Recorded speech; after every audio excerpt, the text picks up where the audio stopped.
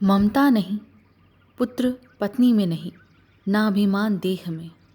निंदा प्रशंसा एक जैसी, मान अपमान एक समान जैसे। मित्र हो शत्रु हो सब एक समान हैं जो। माया नहीं काया नहीं संध्या जैसा यह विश्व है। नाम नहीं और रूप नहीं, मात्र ईश्वर परिपूर्ण है। दूसरे दिन अनंतराय जी कहते हैं कि 3 बजे मैंने उठने का संकल्प किया था और उसी समय मेरी आँख खुल गई। रेवानंद जी ने मेरे पास आकर कहा, समय पर जाग गए हो। 4 बजे के पूर्व सरयूदास जी की पादुकाओं का पूजन कर ब्रह्म मुहूर्त में जप में बैठ जाओ और शास्त्री जी आपको पूजा करवाएंगे। गायत्री दीक्षा गुरु के मुंह से ली जाती है तब उसका फल मिलता है। मात्र कागज पर छपे मंत्र को पढ़ने और गुरु मुख से पढ़ाए गायत्री मंत्र में बड़ा अंतर है। सरयूदास जी जैसे समर्थ गुरु प्रदत्त शक्तिपात का लाभ तुम्हें मिला हुआ है, उपरांत उनकी चरण पादुका तुम्हारे सामने होगी, अतः गायत्री मंत्र तुम्हें सहज में फल प्रदान करने वाला बन जाएगा। 6:30 बजे तक अपनी पूजा संपूर्ण कर लेना।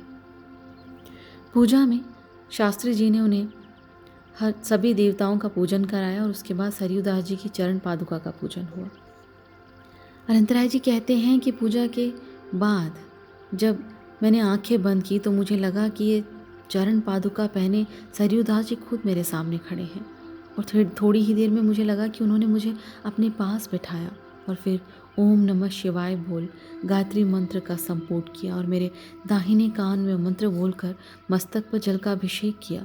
इसके बाद उन्होंने अपने हाथ में मुझे नैवेद्य का निवाला दिया। मुझे लगने लगा कि सौभाग्य पूर्ण रूप से बाढ़ की तरह चढ़ने और स्मृति की निरंतर सरिता बहने लगी है। इसके साथ ही मुझे जन्मों जन्म की पूजा और मेरे द्वारा की गई असंख्य भांति की उपासना और प्राप्त सिद्धियां याद आने लगी। थोड़ी देर बाद जब मेरी आंखें खुली तो पादुकाएं चौकी पर मेरे सामने पड़ी थी, लेकिन शास्त्री जी चले गए थे। और फिर एकाग्रचित होकर मंत्र जाप किया तो लगा कि परम शक्ति के प्रति पवित्र भावना मेरे अस्तित्व में उभरने लगी। मेरी सारी सांसारिक भावनाएं ब्रह्म भाव में पलट गई। एक में अनेक का दर्शन कराती भेदव्रति भूल गया और क्षण भंगुर अनेक में एक का भाव अनुभव होने लगा। अनेक जन्मों में जो ब्रह्म सिद्धांत सीखे थे वो मानो फिर से याद आने लगे। और उसके बाद रेवानंद जी का संदेश मिला कि वक्त हो गया है अभी विश्वम्भर से मिलने चलने का, और अनंतराय जी रेवानंद जी के साथ चल पड़े।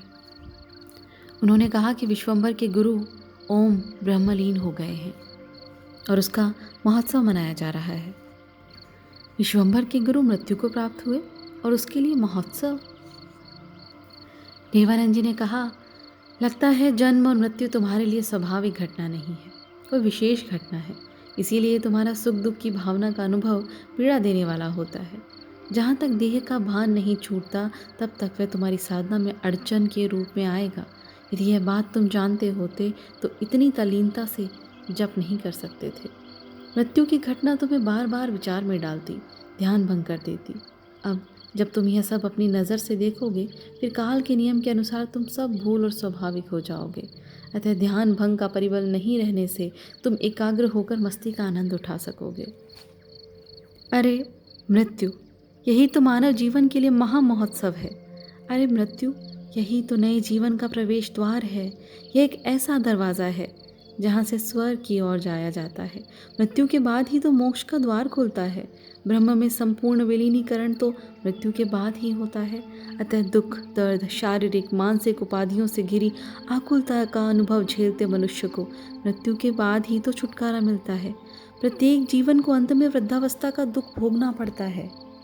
यदि मृत्यु रूपी आशीर्वाद नहीं होता तो जीव वृद्धावस्था की पीड़ा को भोगता ही रहता। मृत्यु के बाद दंतहीन सफ़ेद बाल वाला रोगों से ग्रस्त वृद्ध नूतन जन्म ग्रहण करके सुंदर दांत और काले बाल प्राप्त कर बालक बनकर निर्दोष भाव से स्वस्थ बनकर हंस सकता है, दौड़ सकता है, भोजन पचा सकता है, सशक्त बनकर वृद्धि कर सकता है। इसीलिए नए जीवन प्राप्त करने के लिए मृत्यु एक आवश्यकता है। इसीलिए मृत्यु तो आनंद है। और विश्वम्भर के गुरु तो ब्रह्मलीन हुए हैं, उन्हें तो मोक्ष मिला है।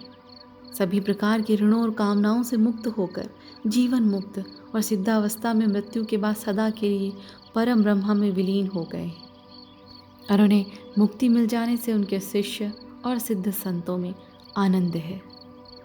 अनंतराय जी कहते हैं, जैसे ही मैं वहाँ पहुँचा, वहाँ का माहौल देखकर, एक ओम नमो नारायण की सामूहिक गूंज सुनकर मन आनंद से भर उठा। मैं इतनी उत्साह में भर गया वहाँ के माहौल से कि मुझे होश ही नहीं था कि मैं कहाँ हूँ। मुझे लगा मैं किसी सिद्धि के लोक में भ्रमण कर रहा हूँ। कोई दिव्यत्व जो मेरे अंदर निहित है वह मुझे आगे ले जाकर सब कुछ बता रहा है। मुझे लगा कि घूमते घूमते मैं जो कुछ भी देख रहा हूँ वह कोई अगोचर और सुंदर सिद्धों का प्रदेश है। एक अलग ही नज़ारा मेरी आंखों के सामने था। अनेक वन, छोटी छोटी गुफाएं, झरने, श्वेत और नीले हरे रंग के हिरण, सफ़ेद मोर, साधुओं की भीड़ के बीच वातावरण में अद्भुत शांति थी।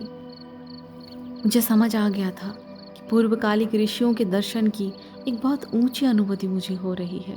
मुझे विश्वास हो गया कि मैं किसी सिद्धलोक में घूम रहा हूँ या असंख्य सिद्धों को घूमता फिरता देख रहा था। बहुत से सिद्ध आसनस्थ होकर अपने अपने ध्यान में मग्न थे। सभी अपने अपने आसन पर विभिन्न मुद्राओं में बैठे थे। कितने ही महात्मा शांत भाव से स्थिर बैठे। कोई भी मेरी तरफ नहीं देख रहा था। कोई जटाधारी तो कोई मस्तक मुंडन, कोई वृक्ष के नीचे तो कोई शिला के ऊपर तो कोई गुफाओं के अंदर। पुराणों में जिनके बारे में पढ़ा था उन ऋषि मुनियों को भी मैंने वहाँ देखा।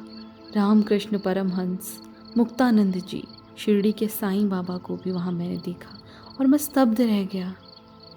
मुझे लगा जैसे मुझे ज्ञान मिल रहा है, प्राचीन काल के ऋषि मुनियों जैसा ज्ञान।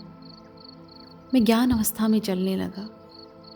ऐसे अद्भुत आध्यात्मिक वातावरण के बीच में आगे बढ़ रहा था और वहीं थोड़ी दूर नदी के किनारे मैंने जलती चिता देखी और अन्य साधुओं के साथ विश्वंभर भी इस चिता के एकदम नज़दीक तनकर दिगंबर अवस्था में खड़ा था।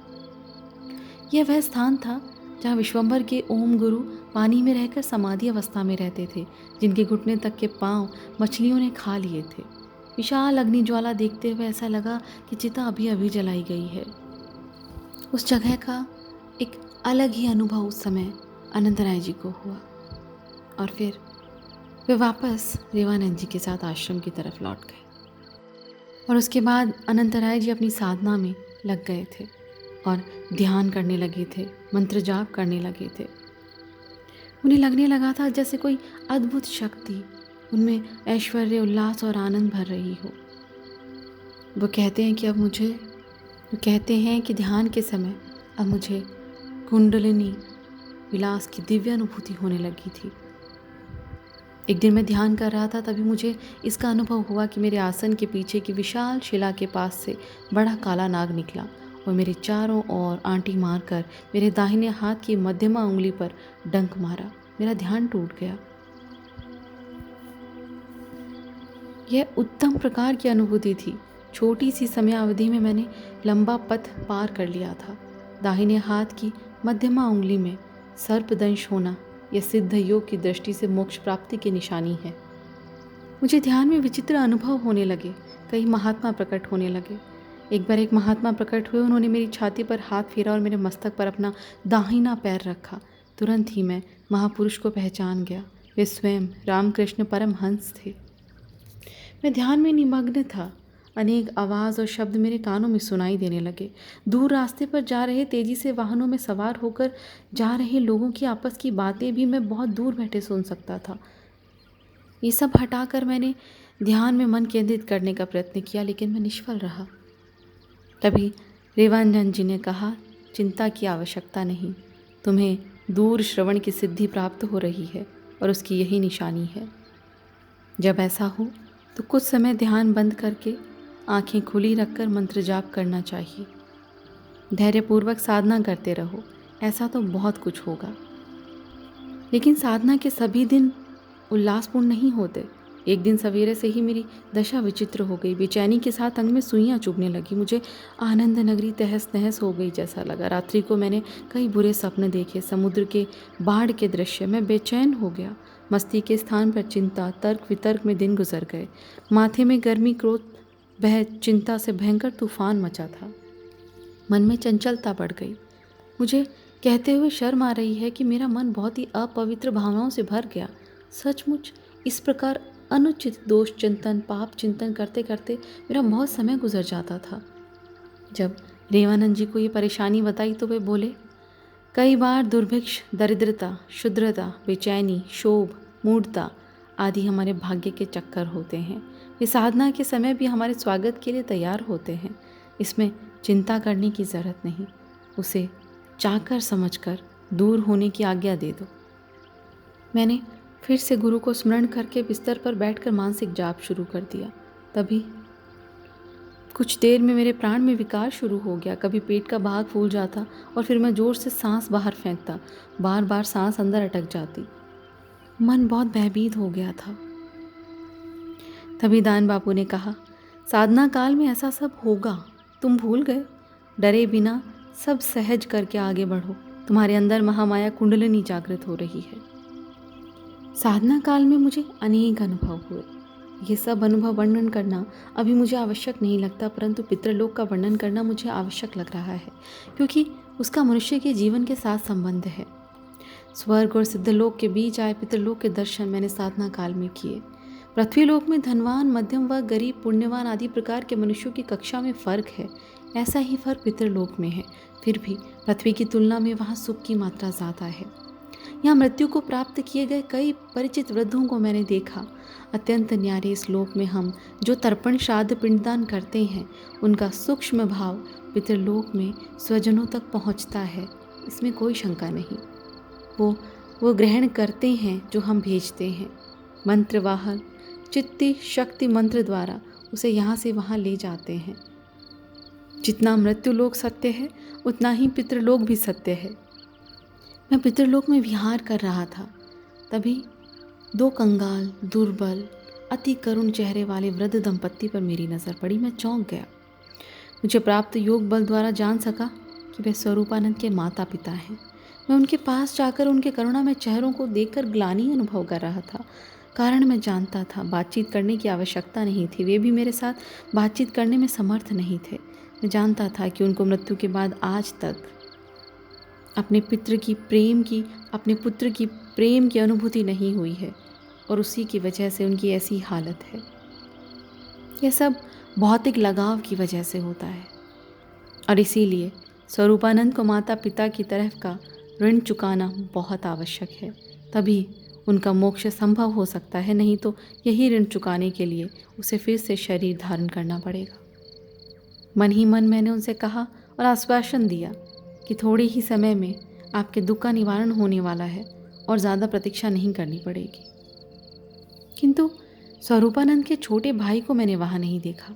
मुझे समझ आ गया कि उसकी आत्मा अभी भी प्रेत रूप में धरती पर भटक रही है। साथ साथ उसका भी उद्धार करने का संकल्प मैंने ले लिया और मैं आगे बढ़ गया। और उसके बाद अनंतराय जी अपनी साधना में लग गए थे और ध्यान करने लगे थे, मंत्र जाप करने लगे थे। उन्हें लगने लगा था जैसे कोई अद्भुत शक्ति उनमें ऐश्वर्य, उल्लास और आनंद भर रही हो। वो कहते हैं कि ध्यान के समय अब मुझे कुंडलिनी विलास की दिव्य अनुभूति होने लगी थी। एक दिन मैं ध्यान कर रहा था, तभी मुझे इसका अनुभव हुआ कि मेरे आसन के पीछे की विशाल शिला के पास से बड़ा काला नाग निकला और मेरे चारों ओर आंटी मारकर मेरे दाहिने हाथ की मध्यमा उंगली पर डंक मारा। मेरा ध्यान टूट गया। यह उत्तम प्रकार की अनुभूति थी। छोटी सी समयावधि में मैंने लंबा पथ पार कर लिया था। दाहिने हाथ की मध्यमा उंगली में सर्पदंश होना यह सिद्ध योग की दृष्टि से मोक्ष प्राप्ति की निशानी है। मुझे ध्यान में विचित्र अनुभव होने लगे। कई महात्मा प्रकट होने लगे। एक बार एक महात्मा प्रकट हुए। उन्होंने मेरी छाती पर हाथ फेरा और मेरे मस्तक पर अपना दाहिना पैर रखा। तुरंत ही मैं महापुरुष को पहचान गया। वे स्वयं रामकृष्ण परमहंस थे। मैं ध्यान में निमग्न था। अनेक आवाज़ और शब्द मेरे कानों में सुनाई देने लगे। दूर रास्ते पर जा रहे, तेजी से वाहनों में सवार होकर जा रहे लोगों की आपस की बातें भी मैं बहुत दूर बैठे सुन सकता था। ये सब हटाकर मैंने ध्यान में मन केंद्रित करने का प्रयत्न किया, लेकिन मैं निष्फल रहा। तभी रेवानंद जी ने कहा, चिंता की आवश्यकता नहीं, तुम्हें दूर श्रवण की सिद्धि प्राप्त हो रही है और उसकी यही निशानी है। जब ऐसा हो तो कुछ समय ध्यान बंद करके आंखें खुली रखकर मंत्र जाप करना चाहिए। धैर्यपूर्वक साधना करते रहो, ऐसा तो बहुत कुछ होगा। लेकिन साधना के सभी दिन उल्लासपूर्ण नहीं होते।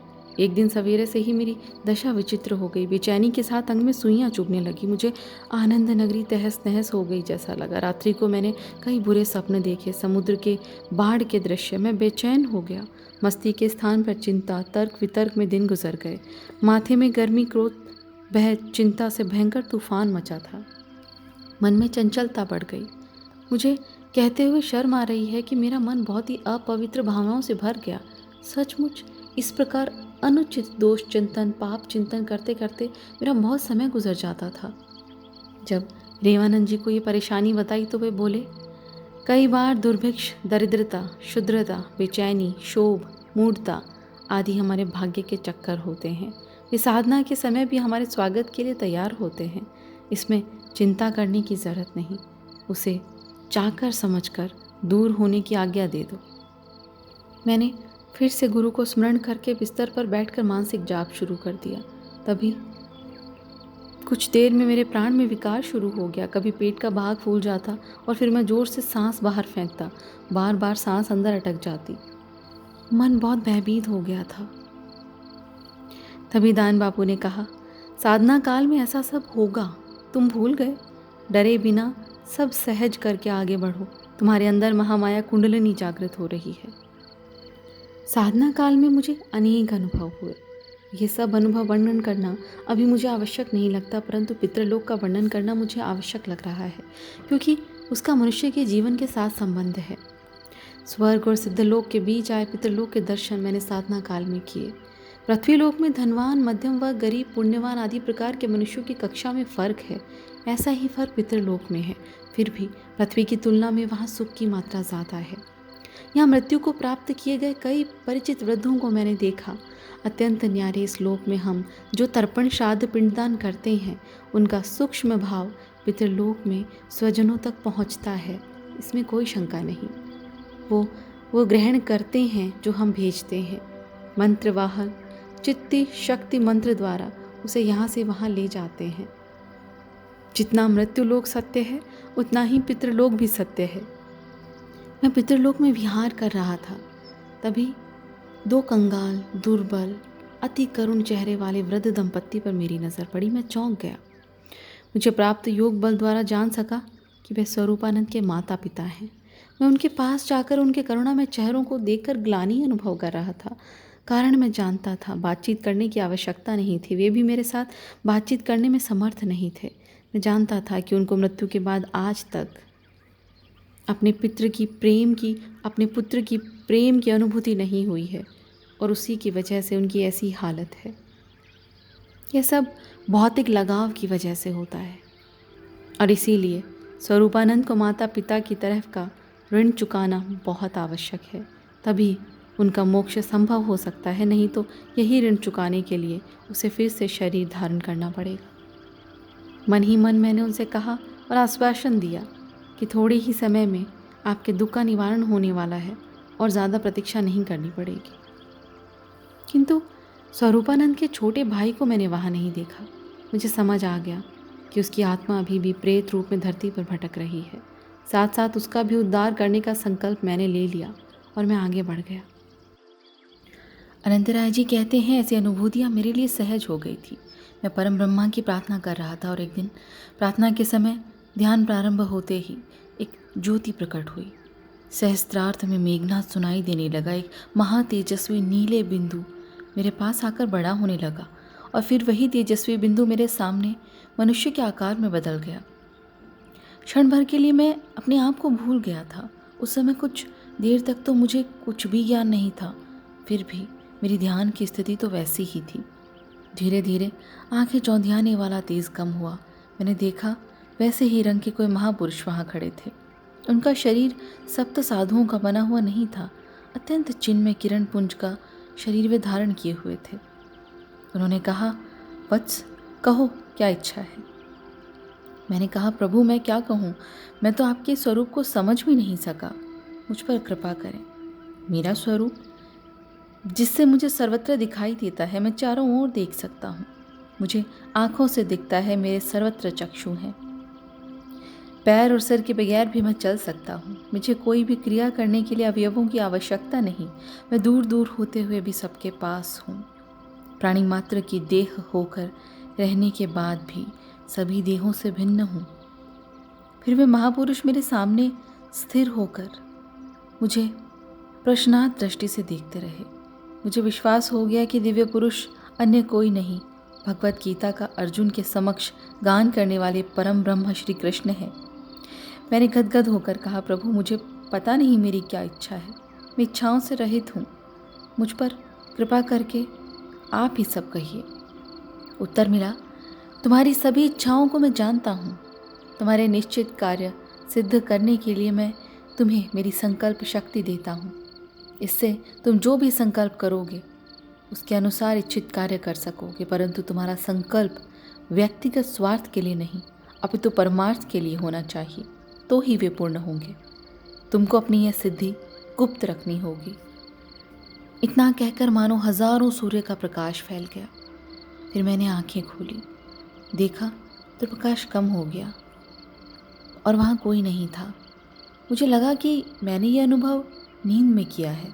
मैं तो आंखें बंद करके ध्यान में बैठा हूँ। और तभी रेवानंद जी को सामने हंसते हुए देखा। उन्होंने कहा, अभिनंदन, तुमको संकल्प सिद्धि मिल चुकी है। अब तुम संकल्प मात्र से ही स्वरूपानंद की देह में अपनी आत्मा को निरूपित कर सकोगे। आज से तुम्हारी साधना पूर्ण हुई और तुम ध्यान अवस्था में परम ब्रह्मा के दर्शन प्राप्त कर वरदान ले चुके हो। रेवानंद जी की ओर से मिली पुष्टि से मुझे उसकी सत्यता के विषय में श्रद्धा हो गई। इसलिए आत्मा की बदली कैसे होगी, इसके बारे में मेरी जो दहशत थी उसके टल जाने से मुझे बहुत आनंद हुआ और अंतःकरण आनंद से भर उठा। रेवानंद जी ने कहा, तुम्हारे अंदर पहले जन्मों की सिद्धियां पड़ी हुई थी, मात्र उन्हें प्रदीप्त करने की आवश्यकता थी। थोड़ी साधना द्वारा ही तुम्हें बड़ी सफलता मिल सकी है, परंतु ये सभी सिद्धियां तुम्हें निश्चित समय तक गुप्त रखनी है। तुम्हें भी गृहस्थ आश्रम के कर्तव्य पूरे करने हैं और यद्यपि सिद्धियां उपयोगी हैं, फिर भी उनका आकर्षण पतन के कारण बन सकते हैं। और फिर रेवानंद जी ने कहा, चलिए अब आश्रम चलते हैं और कल हम स्वरूपानंद जी के स्थान पर जाएंगे और बाद में आत्माओं के विनिमय के बाद कल ही तुम स्वरूपानंद की देह में अपनी आत्मा का सहयोग करके स्वरूपानंद के स्वरूप में उनकी सभी स्मृतियों के साथ हरिद्वार की ओर पूरनपुरी जी के साथ ट्रेन द्वारा रवाना हो जाओगे। और दूसरे दिन अनंतराय जी रेवानंद जी के साथ स्वरूपानंद जी के स्थान की तरफ निकल पड़े। रास्ते में उन्होंने कहा कि स्वरूपानंद के सूक्ष्म शरीर में भूतकाल के अनुभवों की छाप है। स्थिति प्रज्ञ होने के बाद भी उसका शेष रह गया कर्तव्य उसे विचलित कर रहा है। देह त्याग के समय कदाचित यदि ये स्मृतियां तादृश्य हो जाएं तो पुनः जन्म लेना निश्चित हो जाता है। यदि ऐसा होता है तो उसके लिए मोक्ष असंभव है। इसके उपरांत उसके माता पिता की पितृलोक में तृप्ति नहीं होगी। उनका अंतःकरण स्वरूपानंद पर तीव्र प्रभाव डालता है। उसके छोटे भाई की अवगति होने वाला दुख सूक्ष्म रूप से उसे मुक्ति करवाने की याचना करता है। इसीलिए वह जीवन मुक्त और शुद्धात्मा होने के बाद भी उससे अन्य लोगों की अपेक्षा उसके लिए मोक्ष द्वार में प्रवेश करने में अड़चन है। और एक विशेष बात, एक बार कुछ समय भी गृहस्थाश्रम का जिसने अनुभव कर लिया हो वह इस जन्म में उसके प्रभाव से योगी होते हुए भी अधूरे ऋण से मुक्त नहीं हो सकता। उसमें से मुक्त होने के लिए मृत्यु और फिर पुनर्जन्म और फिर पुनः साधना जरूरी होती है। यह विषय बहुत गंभीर है। सामान्य लोगों को तर्क से नहीं समझाया जा सकता, क्योंकि कर्म की गति समझाना बहुत कठिन है। स्वरूपानंद अपना कर्तव्य पूरा न कर पाने के लिए असंतोष में है। मोह तो उसको है ही नहीं, फिर भी सब पूर्ण करना तो आवश्यक है, तभी उसे मोक्ष प्राप्त होगा और उसका हेतु सिद्ध करने के लिए यह प्रयत्न करना आवश्यक है। उपरांत यदि वह स्वयं अपनी आत्मा युक्त देह के साथ हरिद्वार जाकर सारा कार्य पूर्ण करने का प्रयत्न करे तो कदाचित वह पति होने के कारण आशा के प्रति आकर्षित होकर मोह में अंधा हो सकता है और फिर उसका पतन निश्चित हो जाएगा। इस भय स्थान की भी उपेक्षा नहीं की जा सकती, इसीलिए यह योजना तैयार की गई है, ऐसा मेरा पूरा विश्वास है और यह निश्चित है। ऐसा बातें करते करते वे स्वरूपानंद के स्थान पर पहुंच जाते हैं। वो उनका स्वागत करते हैं और कहते हैं, अनंत, तुम स्वरूपानंद के स्वरूप में मेरा कार्य पूर्ण करके वापस आओगे, तब तक तुम्हारी देह को धारण करके मेरी आत्मा समाधि अवस्था में रहेगी और तुम्हारी देह का रक्षण करने के लिए सेवक राम यहाँ उपस्थित रहेगा। चिंता का कोई कारण नहीं।